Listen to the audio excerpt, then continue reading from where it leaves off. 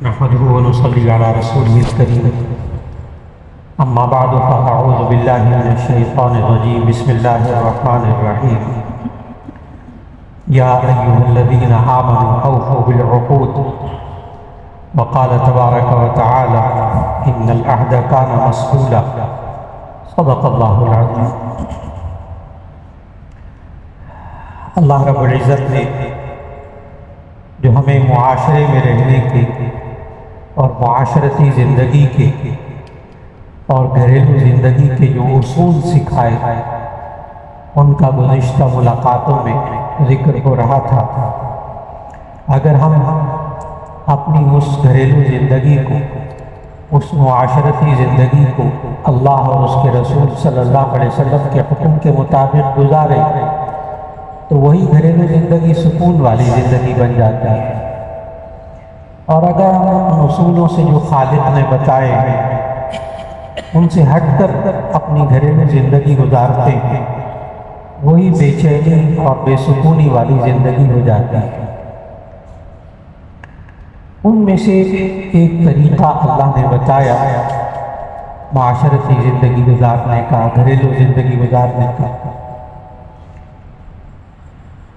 کہ یہ انسان اپنے وعدے کو پورا کرے، اپنے معاہدے کو پورا کرے۔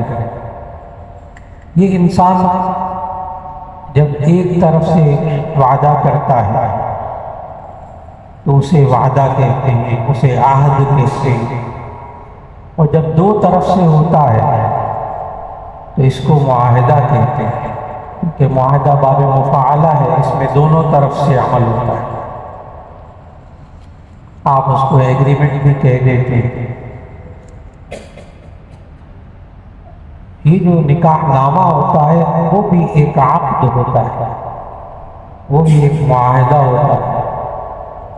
نکاح نامے میں جو شرائط لکھی جاتی ہیں اسے پورا کرنا ہوتا ہے۔ یہ انسان اس میں عہد کرتا ہے کہ میں اتنا حق میری بیوی کو دوں گا، اور جب انسان شادی کے بعد گھریلو زندگی کا جو آغاز ہوتا ہے اس کا آغاز ہی اپنے وعدے کو پورا نہ کرنے کے ساتھ ہوتا ہے، اپنے عہد کو، اپنے معاہدے کو پورا نہ کرنے کے ساتھ ہو، تو باقی زندگی میں خیر اللہ کہاں سے دے گا۔ اور ہمارے معاشرے کے اندر گھریلو زندگی میں وعدہ کر لینا اور وعدے کو پورا کر لینا اس کی کوئی خاص اہمیت نہیں ہوتی۔ بیوی سے وعدے کیے ہوئے، بیوی شوہر سے وعدے کیے ہوئے، ماں باپ اپنی اولاد سے وعدے کرتے ہیں، اور بے شمار واقعات ہوتے ہیں۔ جب انسان گھریلو زندگی میں اپنے وعدوں کو پورا نہیں کرتا تو سب سے بڑا جو اسے نقصان ہوتا ہے اس گھریلو زندگی میں کہ وہ آپس کا اعتماد ختم ہو جاتا ہے۔ یہ انسان وعدہ تو کرتا ہے، پورا نہیں کرتا۔ جب انسان وہ کہہ دے یہ کام کر لو، میں یہ چیز دوں گا، میں یہ انعام دوں گا، اور دل میں عین اس وقت یہ ہو کہ نہیں ایسے ہی خواہ میں نے کہہ دیا تھا، ویسے ہی کہہ دیا، ہمارے ہاں اس کا جملہ ہوتا ہے ویسے ہی کہہ دیا۔ اگر عین وعدہ کرتے وقت انسان کے ذہن میں یہ ہو کہ میں نے کرنا نہیں ہے تو اس انسان کے نامہ اعمال میں جھوٹ لکھ دیا جاتا ہے۔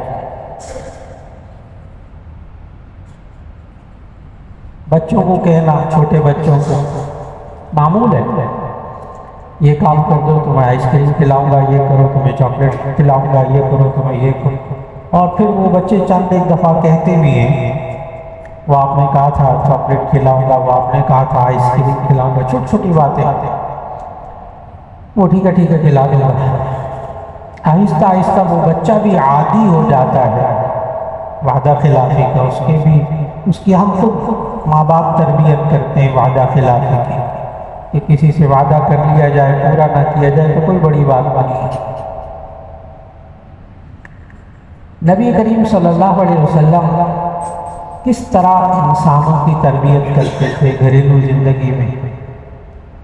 حدیث میں موجود کہ ایک خاتون نبی صلی اللہ علیہ وسلم کے ہاں تھی تو آئی ملنے ملاقات کے لیے، کوئی بچہ گھر میں کھیل رہا تھا تو اس بچے کو بلایا اس خاتون نے نبی صلی اللہ علیہ وسلم کے سامنے اور کہا کہ تعالی ہونا اعطیک شیئا، ادھر آؤ میں تمہیں کوئی چیز دوں گی۔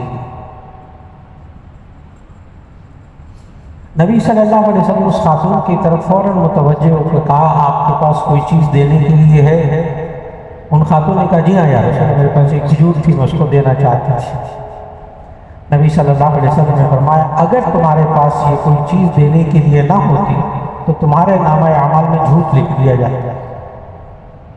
کیا ہے، چھوٹے سے بچے کو بلانا تھا، آغاز کہاں سے ہوتا ہے وعدہ خلافی کا؟ اور ہم معاشرے کے اندر ماں باپ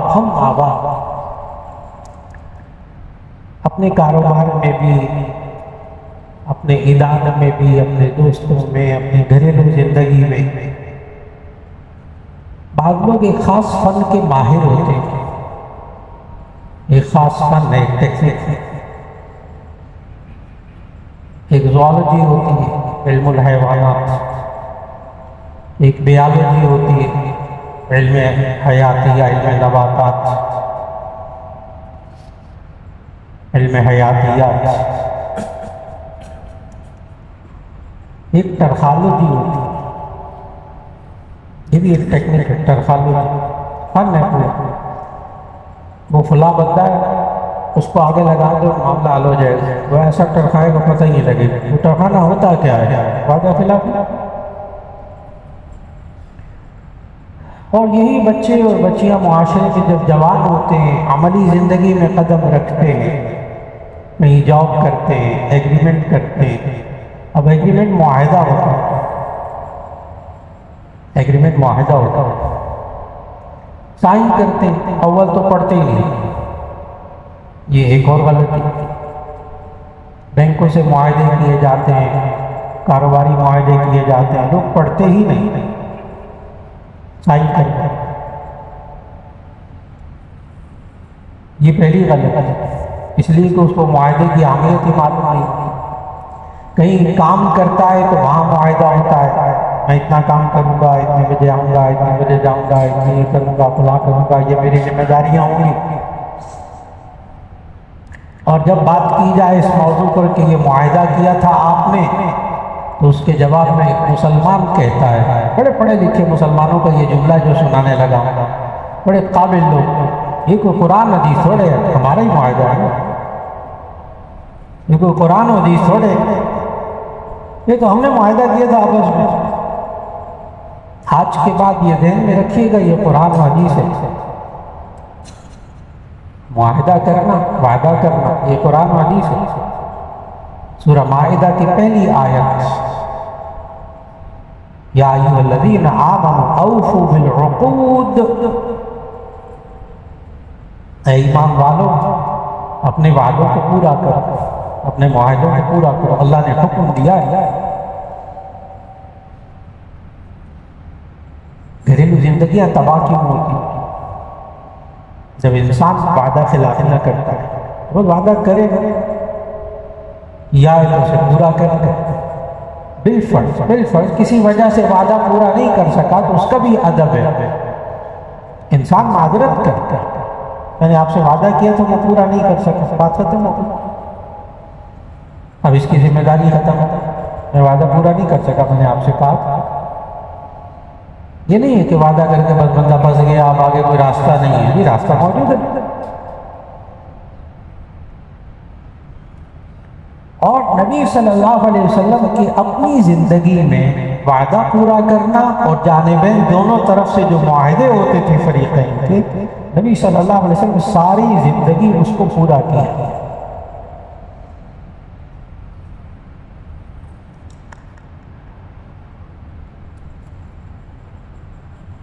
مختلف ملکوں کے ساتھ معاہدے ہوتے تھے، مختلف قبیلوں کے ساتھ معاہدے ہوتے تھے، اور وہ معاہدوں کو پورا فرماتے تھے۔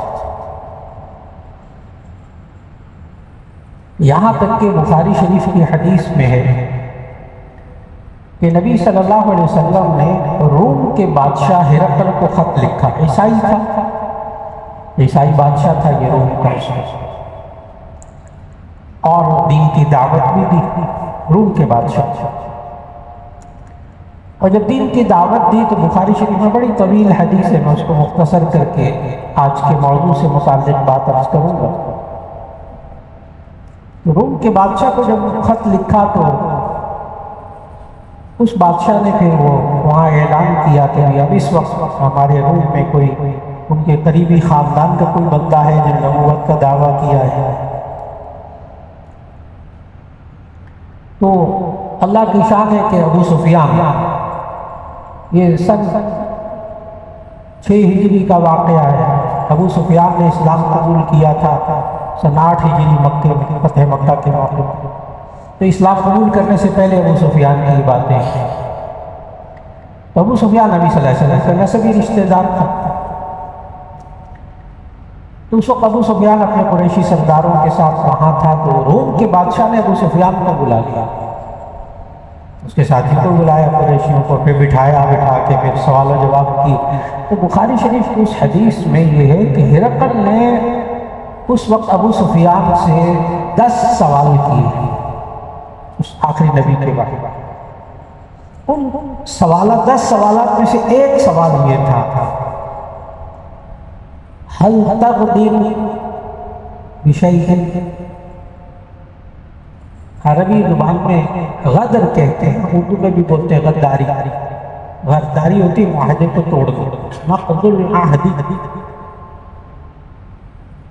غداری کی تعریف ہی ہے عربی میں، غداری عربی زبان کا لفظ ہے۔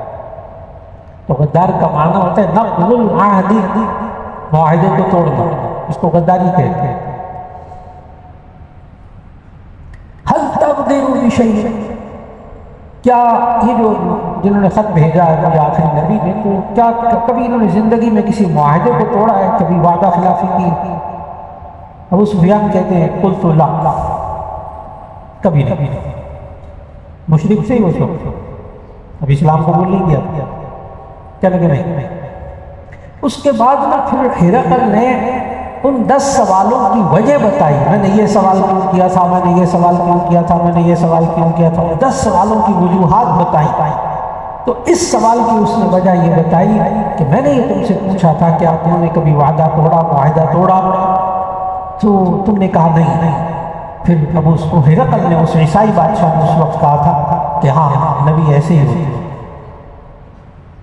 نبی ایسے ہی ہوتے، ان کی زندگی ایسی ہوتی ہے کہ وہ وعدہ نہیں توڑتے، ان کا کردار ہے بین الاقوامی طور پر، ملکوں کی سطح پر۔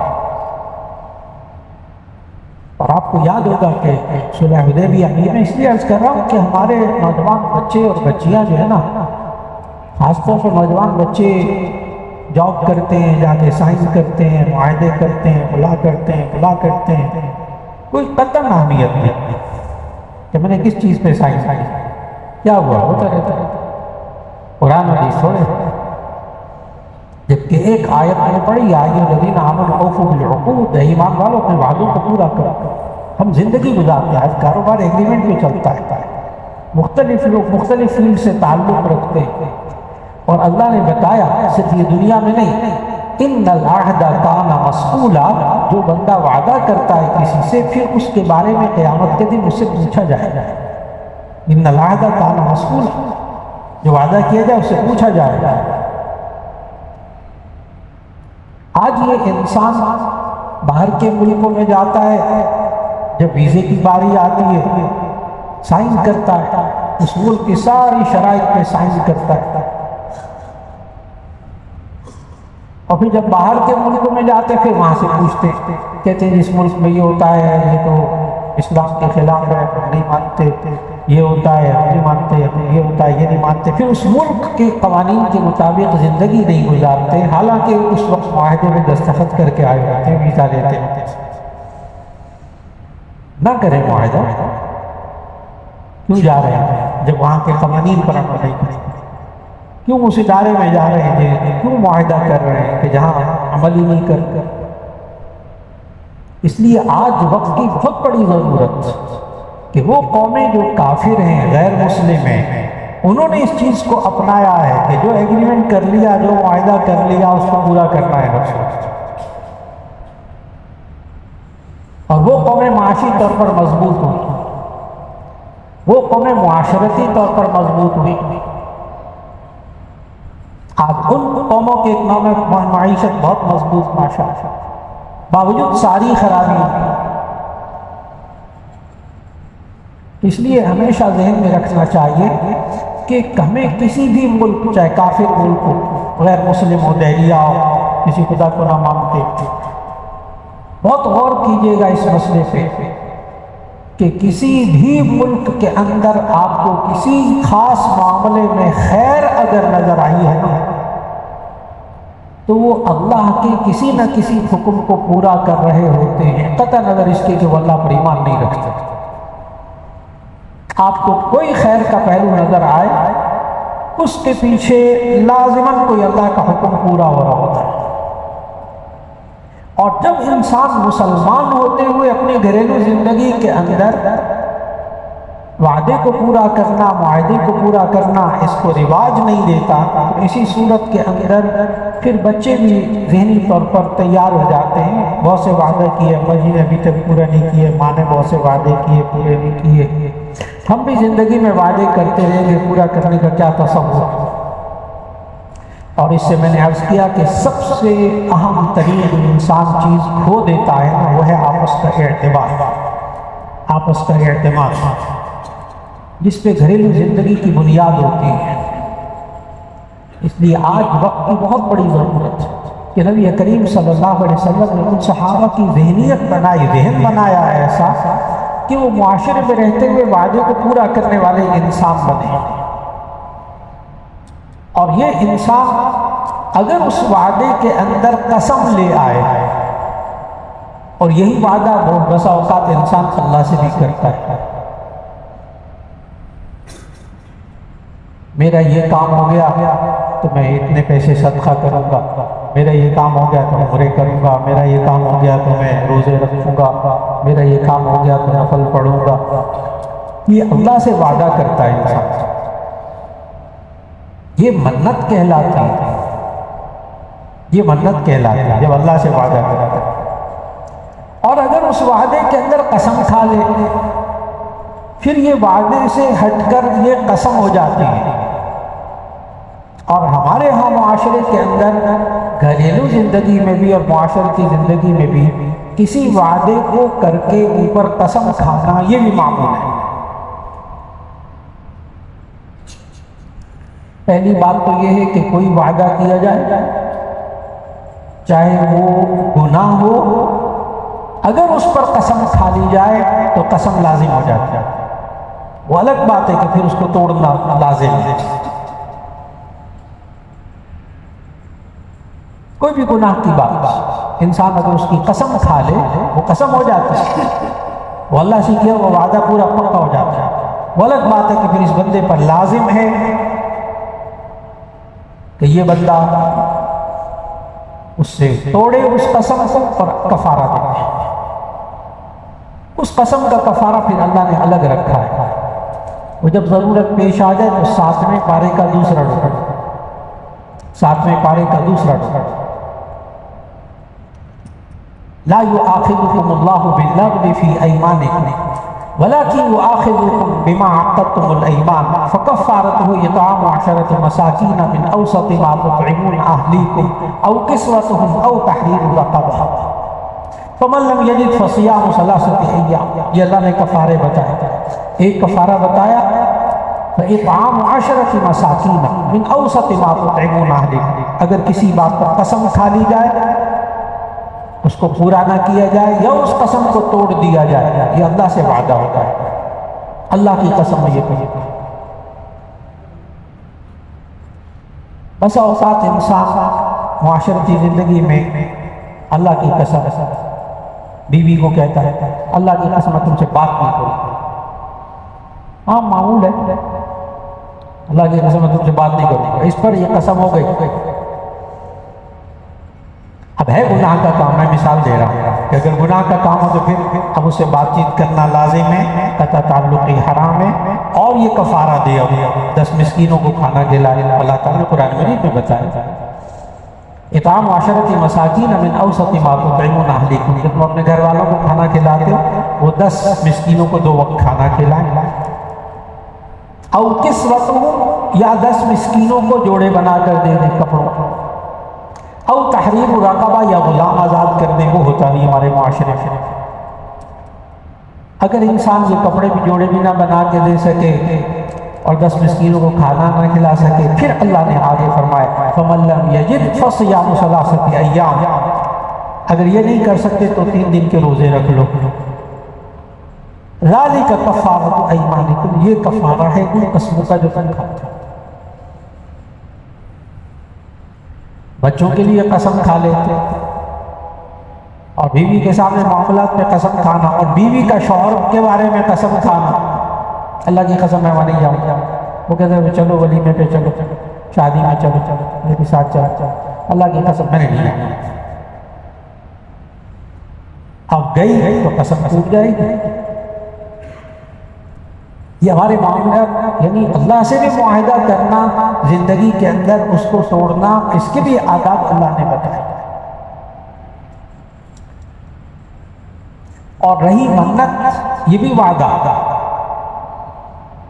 اگر مجھ سے یہ بات ہو گئی تو میں یہ کروں گا، اگر یہ امتحان میں پاس ہو گیا تو پھر یہ کروں گا۔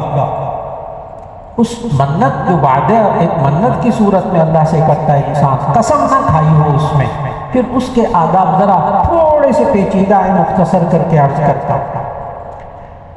اگر منت مانے کسی عبادت کی تو وہ واجب ہو جاتا ہے، منت مانے کسی عبادت کی تو وہ واجب ہو جاتی ہے، نہیں کرے گا اسے گناہ ہوگا۔ یہ اسی آیت کے تحت یا ایھا الذین آمنوا اوفوا بالعقود، اور منت کے بارے میں الگ سے آیت ہے، اللہ کا حکم ہے قرآن میں وَلْيُوفُوا نُذُورَهُمْ، نظر کہتے ہیں منت، وَلْيُوفُوا نُذُورَهُمْ، اپنی منتوں کو پورا کرو، واجب ہے۔ اگر تو عبادت کی قسم کھائی پھر تو وہ منت ہے اور واجب ہو جائے گی۔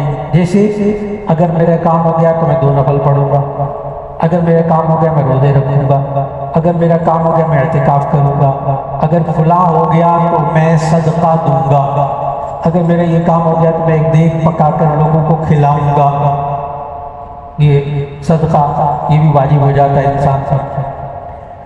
لیکن اگر گناہ کی کوئی بات ہو تو پھر نہیں ہوگا، اگر گناہ کی بات کا وعدہ کرنے وہ ذمہ نہیں ہوگا، اور اگر وہ عبادت نہ ہو تو ایسی صورت میں وہ وعدہ کہلائے گا، منت نہیں کہلائے گا۔ جیسے میں امتحان میں پاس ہو گیا تو آپ کو آئس کریم کھلاؤں گا، اب آئس کریم کھلانا عبادت نہیں ہے، ٹھیک ہے، صدقہ کرنا وہ اور چیز ہے، وہ عبادت ہے۔ اگر میں امتحان میں پاس ہو گیا تو آپ کو فلاں ہوٹل میں کھانا کھلاؤں گا، اگر میرا ایک کام ہو گیا تو فلاں ہوٹل میں کھانا کھلاؤں گا، ابھی یہ عبادت نہیں ہے، یہ وعدہ کہلائے گا۔